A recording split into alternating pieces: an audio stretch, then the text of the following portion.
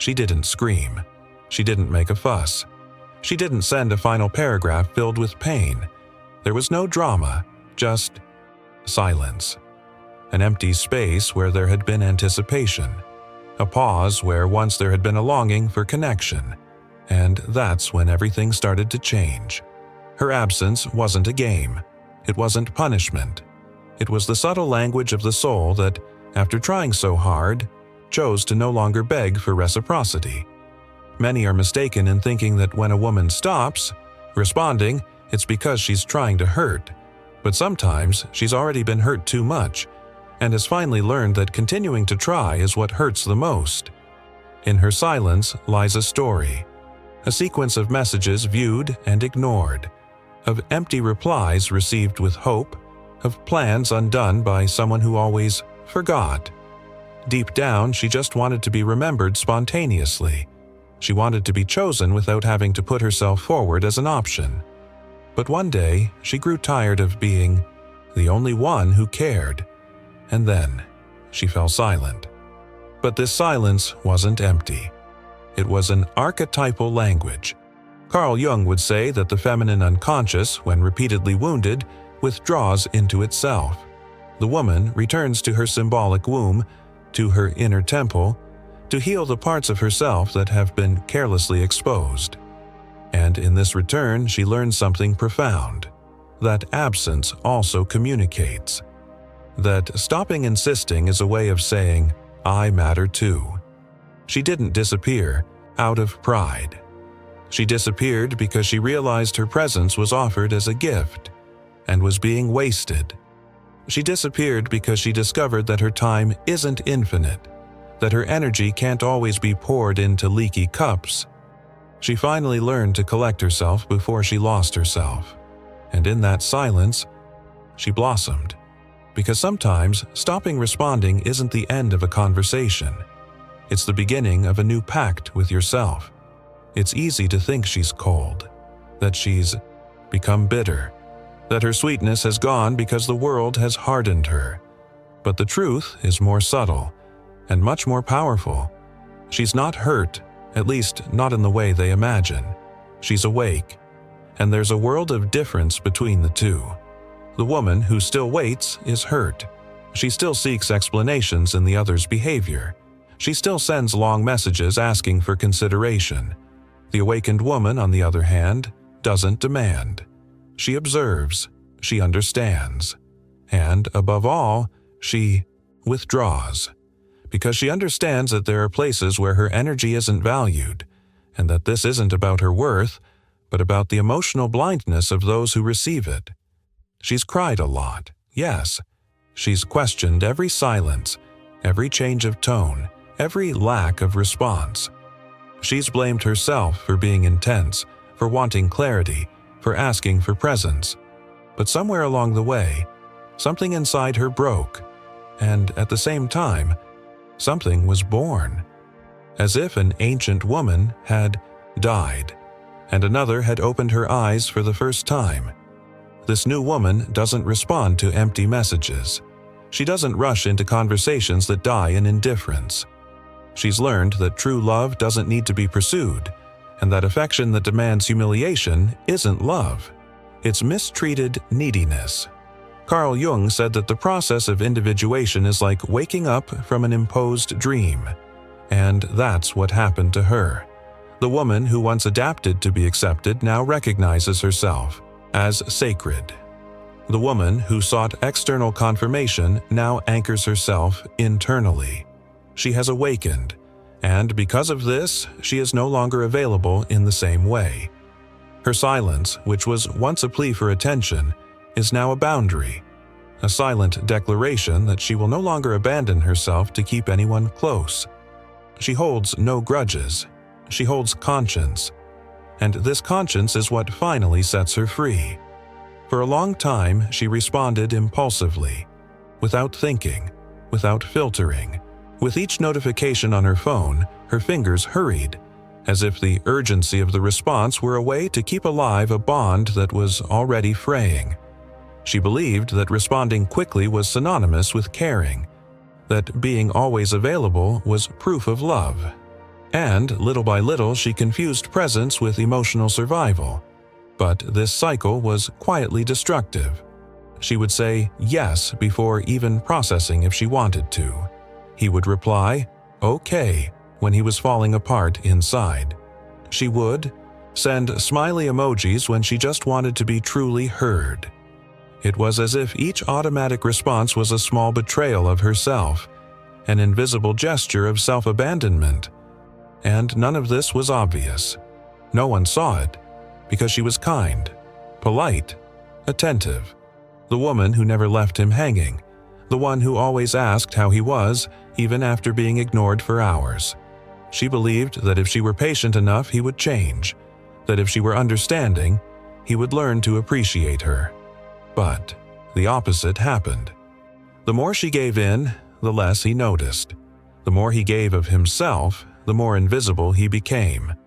The other grew accustomed to her presence like someone grows accustomed to air, essential but unnoticed. And then, one day, she realized, the problem wasn't that he wasn't responding as she expected. The problem was that she was responding before she even realized how much she was losing with each attempt. Carl Jung reminds us that the unconscious screams through symptoms. And hers was this, an exhaustion that came not from physical fatigue, but from a soul begging for authenticity. That begged to be heard, by herself. She began to pause, to breathe before answering, to ask, "Why am I rushing to give something I won't get back?" And in that simple question, something changed. The cycle broke. The automatic response gave way to conscious silence. The old reflex to please gave way to a new identity, that of a woman who no longer trades her peace to maintain an illusion.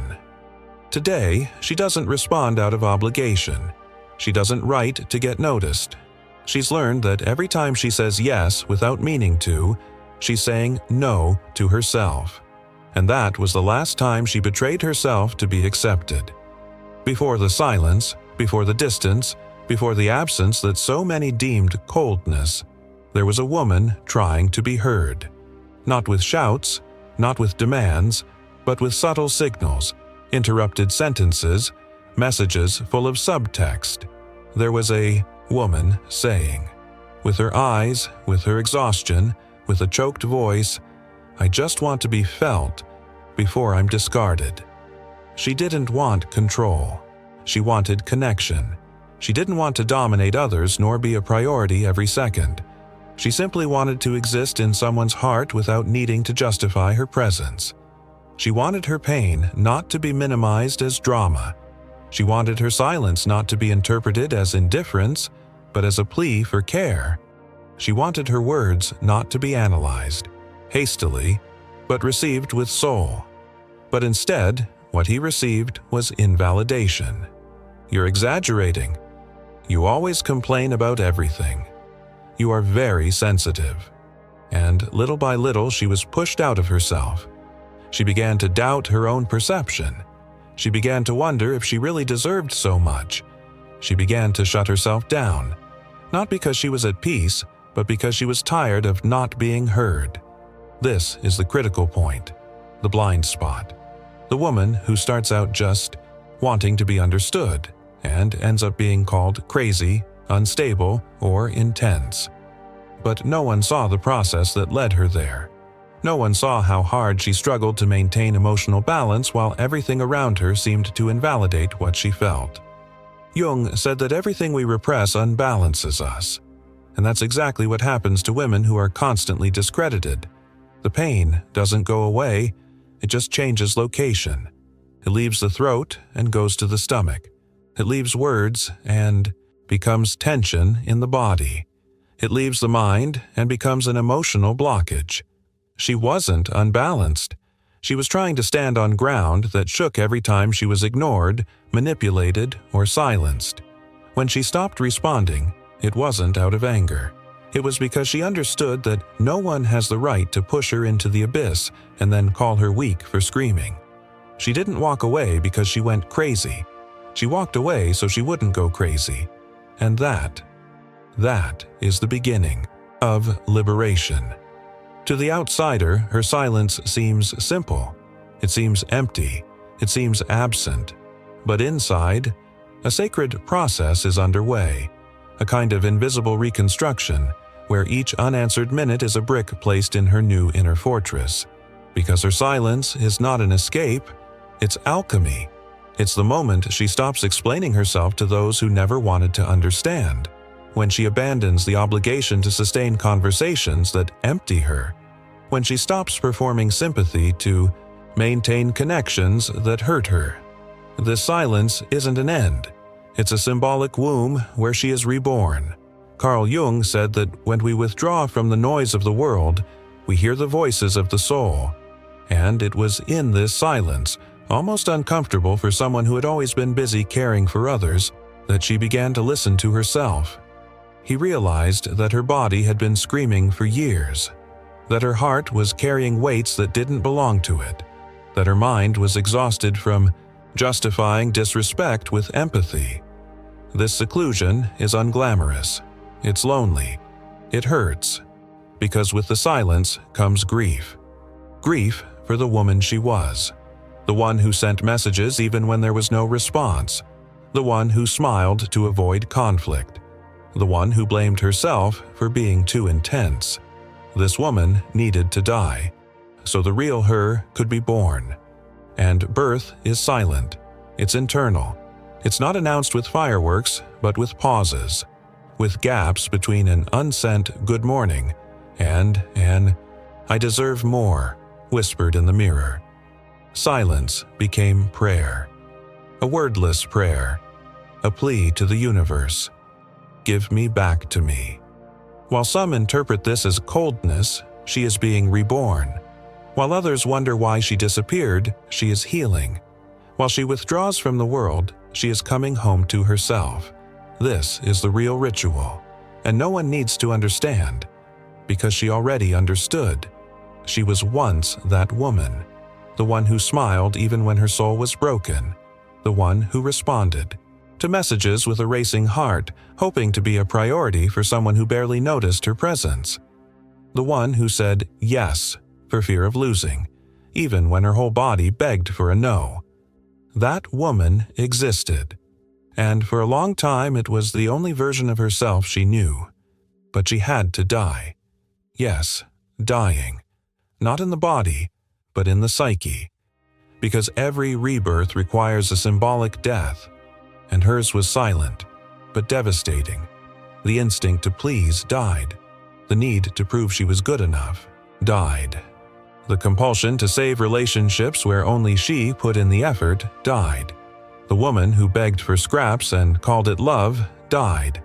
And what was left? A void. But not just any void. A sacred, open, fertile space. A place where she could plant another identity. One that didn't depend on others' approval to flourish. Carl Jung said that individuation begins when we separate ourselves from our persona, that social mask we wear to be accepted. And this woman who always said yes was her persona, created by fear of abandonment, fueled by old traumas, sustained by an unconscious belief that love is only possible through sacrifice. But now she knows. She knows that being too good, too available, too understanding didn't make her loved. It just made her used. She knows that saying yes all the time was pushing her away from herself. And when she realized this, something inside her exploded. A sacred rage, a silent revolt, a courage that only arises when everything has already been broken. She let that woman go. With love, but no turning back. And from then on, she began to say no, not to empty conversations, not to lukewarm affections, not to those who sought her out only for convenience. Saying no has become an act of self-love, an invisible shield, a reminder that your energy is a temple, not a marketplace. The woman who always said yes is no more, and whoever replaced her doesn't beg, doesn't convince, doesn't diminish herself. She chooses. On the other side of the screen, he looks at his phone and wonders what happened. Why is that woman, so sweet, so present, so warm, now responding with silence? Why has her lightness disappeared? Why has the sparkle with which she looked at him vanished? He doesn't understand. And so, like so many others, he tries to label her. She's cold. She's become a different person. She must be hurt. But he doesn't see. He doesn't see what's happening in the invisible. Because the woman he knew, the one who reacted to every provocation, who chased after every indifference, who waited for answers like someone waiting for crumbs, that woman has dissolved, not into coldness, but into peace. She's not cold. She's whole. The temperature changed not because love died, but because she withdrew from the fire where she burned alone. And when a woman withdraws from emotional chaos, what remains is calm. A calm that disturbs those accustomed to seeing her out of balance. A calm that seems absent to those who always had it effortlessly around. A calm that is mistaken for disinterest by those who only know how to feel alive when there is drama. Jung said that the unconscious projects onto others what it doesn't want to see in itself. And perhaps what he's seeing now, this supposed coldness, is merely a reflection of his own emptiness. The truth is, he never truly saw her. He saw in her what he needed to feed his ego. And now that she no longer fulfills that role, he misses. Not her, but the power he once had over her. She no longer responds with uncontrolled emotion. She doesn't beg for explanations. She doesn't justify herself. And this disconcerts him, because in silence, she disarms him. She's not fighting. She's accepting. She's not running. She's flowing. She's not fighting to be chosen. She's choosing herself. And this peace, this serene, firm, almost sacred presence, is the greatest sign that she has freed herself. Because when a woman is truly at peace, she no longer needs to prove anything to anyone, not even to him.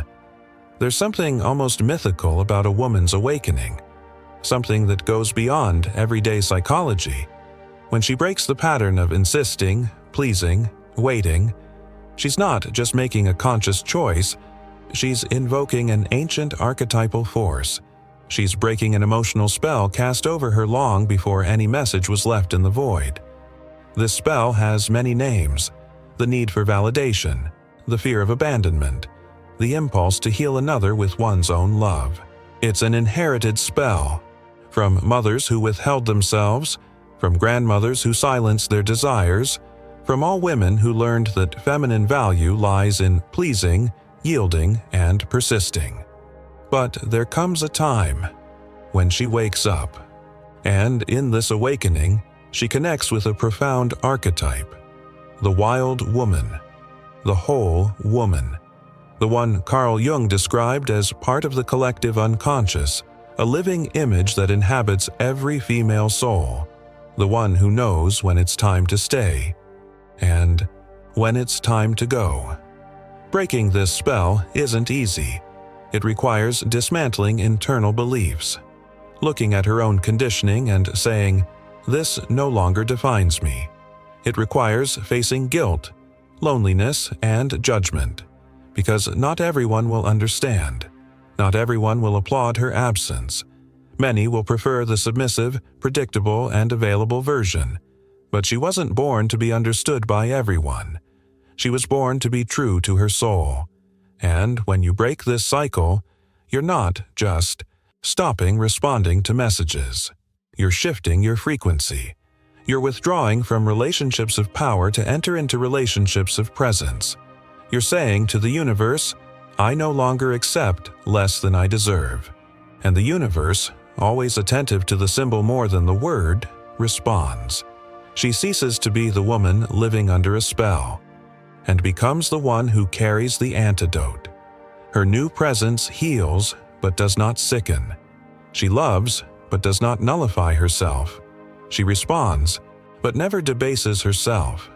This is the new archetype, the woman who no longer begs, because she now knows her own worth. Make no mistake, she still feels. There are still memories that hurt, songs that tighten the chest, images that awaken a longing that's hard to name. Her heart hasn't turned to stone. It's simply learned to beat more consciously, because now she feels without sacrificing herself to feel. Before, every emotion sent her running. If she felt affection, she sent messages. If she missed someone, she wrote long texts trying to reconnect. If she felt pain, she gave herself even more, as if, by giving everything, she could make the other person see her worth. She confused intensity with love, surrender with merit, suffering with depth. But this path exacted a price: her emotional health, her dignity, her vital energy. And at some point, perhaps in a silent dawn, perhaps after yet another empty answer, she understood. She could no longer use her heart as a bargaining chip. She could no longer lose herself just because she felt deeply. Carl Jung said that suffering ceases to be suffering when we find meaning in it. And that's exactly what she did. She transformed her pain into clarity. She realized that feeling isn't the problem. The problem is using that feeling as a justification to remain where there is no reciprocity. Today, she feels, but observes. She loves, but chooses. She empathizes, but with limits. You get emotional, but without giving yourself over to someone who doesn't deserve it. Not because you've become cold, but because you now listen to yourself. You know when your body says no. You know when your soul withdraws. You know it's not your job to carry relationships on your shoulders just because your heart is open. She remains sensitive. She remains loving. But now her sensitivity is no longer a weakness. It's a filter. And her love is no longer a cry of despair. It's a sacred offering, given only to those who know how to honor it. She still feels, and that makes her deeply human, but it is no longer destroyed by anyone. Behind every message left unanswered, there's a choice. Not an impulsive choice, nor a power play, but a mature, conscious choice. A silent decision to preserve one's own peace above the need to be understood. She doesn't respond, not because she wants to hurt, but because this time, she's decided not to hurt herself. For a long time, she lived to be chosen. She waited to be someone's priority. She waited to be noticed, valued, desired. But now, something has changed. She no longer waits to be chosen, because finally, she chose herself. Carl Jung taught that the true process of individuation is when we stop seeking in others what we can only find within ourselves. And that's what she did. She understood that no one has the duty to complete her, that no one is obligated to acknowledge what she carries. But she is. She is committed to her own truth, to her wholeness, to her emotional freedom. She chose herself when she decided to stop chasing after those who only offered crumbs. She chose herself when she silenced the urge to please and listened to the voice of intuition. She chose herself when she realized that continuing to insist was the most disguised form of self-abandonment. And now, every absence is a presence. Her presence within herself, the presence of a woman who has returned to her center, who has reconnected with her essence, who no longer needs to prove anything nor ask for space. Because where there is no room for authentic love, she does not remain. So, yes, she still loves, still feels, still dreams, but with her eyes open, with her feet on the ground, with her heart protected not by walls, but by wisdom. When she doesn't respond, it's not contempt, it's discernment, it's healing, it's a choice. And perhaps that was the most powerful message she ever sent, even without typing a single word.